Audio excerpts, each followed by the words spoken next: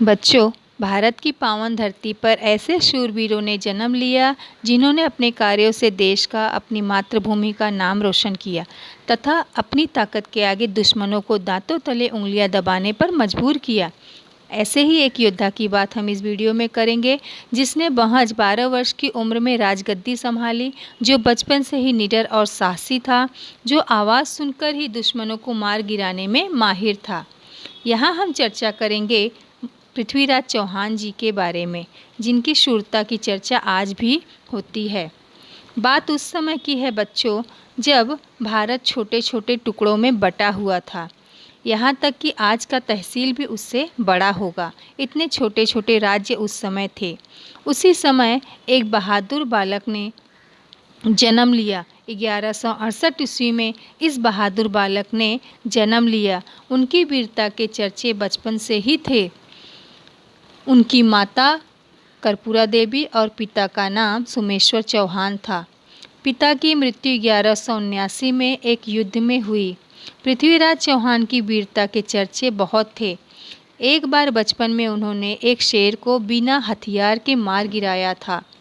चौहान जी बचपन से ही अपनी राजगद्दी को संभालने लगे थे। कहा जाता है उनके नाना ने उन्हें गोद लिया था। जब उन्होंने पृथ्वीराज चौहान की बहादुरी के किस्से सुने तो वे दंग रह गए और उनके नाना ने उन्हें दिल्ली के सिंहासन का उत्तराधिकारी घोषित कर दिया। पृथ्वीराज चौहान सैनिक कौशल में बेहद निपुण थे।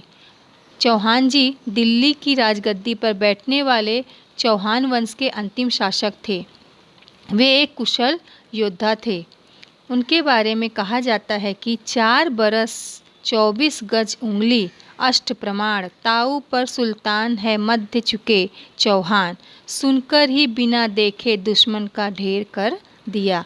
पृथ्वीराज चौहान को आप एक नंबर के अव्वल दर्जे का महान योद्धा शासक कहा जाता है। मुश्किल से मुश्किल परिस्थितियों में भी दुश्मनों को हराने में माहिर थे। उनके चक्रव्यूह को तोड़ने में माहिर थे। उनमें अद्भुत कला थी।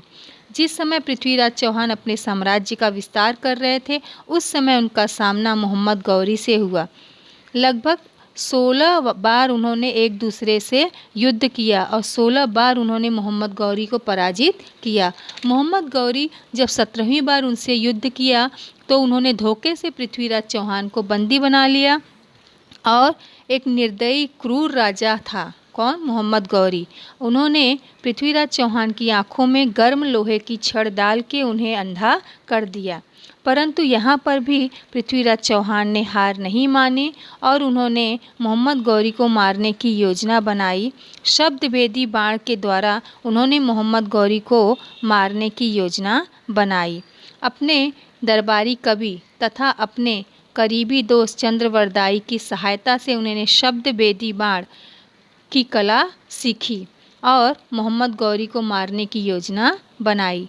एक बार मोहम्मद गौरी ने तीरंदाजी प्रतियोगिता का आयोजन किया था, जहां पर पृथ्वीराज चौहान भी गए। उन्होंने अपनी कला का प्रदर्शन किया। मोहम्मद गौरी ने जैसे ही उनकी कला का प्रशंसा शुरू किया, उनकी आवाज़ सुनकर पृथ्वीराज चौहान ने उन्हें अपने बाणों द्वारा वहीं पर ढेर कर दिया। इस प्रकार उन्होंने मोहम्मद गौरी को मारा। कहा जाता है कि चंद्रवरदाई ने, जो उनके करीबी दोस्त थे, उन्होंने अपने महाकाव्य में पृथ्वीराज रासों में इनकी बहादुरी और इनके साहस को बखूबी चित्रित किया है। इस प्रकार बच्चों, हमने इस वीडियो में पृथ्वीराज चौहान जी के बारे में या उनके जीवन परिचय की जानकारी प्राप्त की।